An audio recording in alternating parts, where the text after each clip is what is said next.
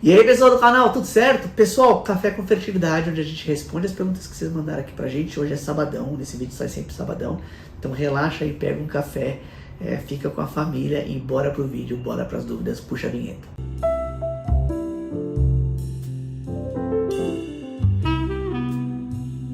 Pessoal, antes disso, se você chegar no final do vídeo e você gostou do conteúdo, se inscreve no canal, comenta, compartilha, tá bom? Ajuda o canal a levar essas informações bem importantes, porque a dúvida que a gente responde aqui pode ser dúvida de muita gente.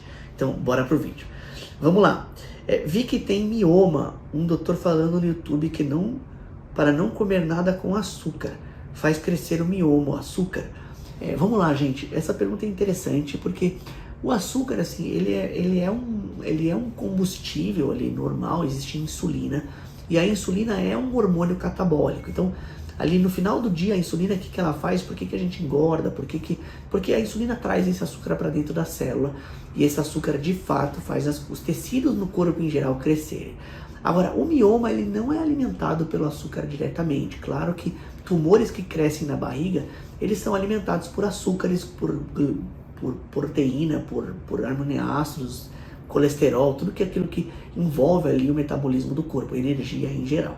Mas o mioma, eles têm mais receptores por hormônio, os hormônios alimentam bastante o mioma, não são todos os miomas que têm esses receptores, mas a gente não orienta os pacientes que tirem uma dieta pobre em açúcar, por causa do mioma especificamente. É claro que dietas com concentrações ideais de açúcar são muito favoráveis, né? Os nutricionistas, os nutrólogos, eles falam muito que o açúcar realmente é o vilão do século, e quanto menos açúcar a gente consumir, melhor. Não especificamente por causa do mioma, mas sim porque o açúcar, e principalmente o açúcar refinado, quanto mais refinado, pior. Então, coisas naturais, o açúcar de fruta é bem melhor do que o açúcar refinado. Então, esses carboidratos de qualidade melhor, né? Muitas vezes as pessoas falam que o açaí também tem bastante caloria, mas é uma caloria bem melhor do que, por exemplo, massa e outras coisas. Então, existem vários vídeos que a gente fala de alimentação, existem outras pessoas na internet que falam bastante sobre alimentação, mas não existe uma relação direta entre o açúcar e os miomas, tá bom? Pergunta bem interessante, na maioria das vezes a gente pensar um pouco, né? Porque a primeira impressão que a gente tem é não tem relação nenhuma, mas é claro que o açúcar faz parte do crescimento de qualquer tecido do corpo, mas a relação direta não existe.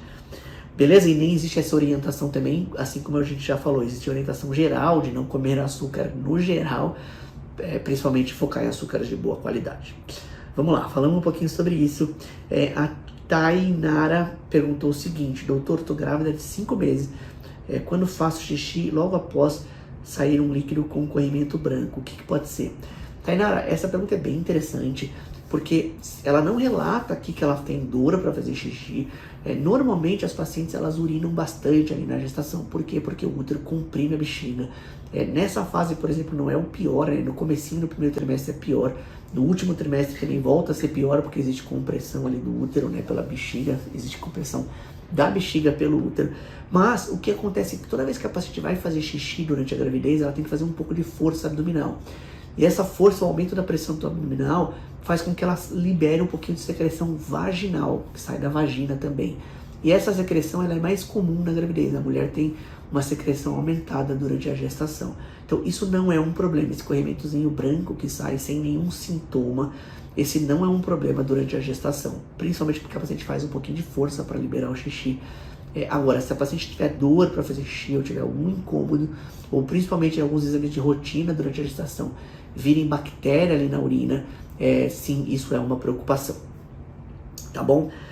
Vamos lá. Pessoal, a última pergunta de hoje, que é a seguinte, é Thaís Carla, ela perguntou assim: quanto tempo fica sangrando pós-abortamento? Thaís, essa é uma pergunta excelente. Eu sempre falo aqui em vários cafés que essa pergunta é muito boa, porque as pessoas perguntam coisas que normalmente a gente não fala em consultório, e a gente tem a oportunidade de gravar aqui, deixar para as pacientes assistirem. E é muito pouco previsível, viu, Thaís? A gente realmente muitas vezes fica, algumas vezes 2, 3 meses sangrando, dependendo de quanto tempo de gestação você estava, de quanto material ficou dentro da gestação ali, se você fez algum procedimento ou não. Mas o que a gente fala é que normalmente passam aqueles 40 dias, se a paciente volta a menstruar normalmente, ela tem um novo ciclo.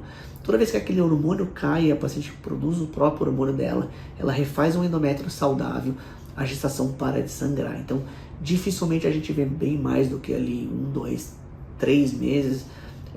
Se você realmente está sangrando mais tempo que isso, é porque a gestação ainda foi um abortamento incompleto e você continua sangrando no abortamento. E você ainda não voltou a ter um ciclo menstrual regular, tá bom? Mas é bem difícil de prever quanto tempo a paciente vai ficar sangrando. Existem alguns remédios que a gente pode dar para tentar diminuir um pouquinho esse sangramento, mas o mais importante é ir acompanhando. Então, os ultrassons, quando mostram o endométrio fino ali, abaixo de, dependendo do livro, de 15, de 14, de 13, a gente já considera, muitas vezes abaixo de 20, a gente já considera um abortamento completo e a paciente voltou a ciclar normalmente ao ciclo menstrual dela regular, tá bom? A regularidade menstrual também é um sinal ali de volta ao normal, e algumas vezes a paciente pode ter irregularidade menstrual e não ser sangramento da própria gestação. Então, tomar cuidado para observar se a paciente está com endométrio fino e está sangrando também. Provavelmente ela tem um abortamento completo, mas ela ainda está com ciclo menstrual irregular, por causa de toda a parte hormonal ali que você teve na perda da gestação.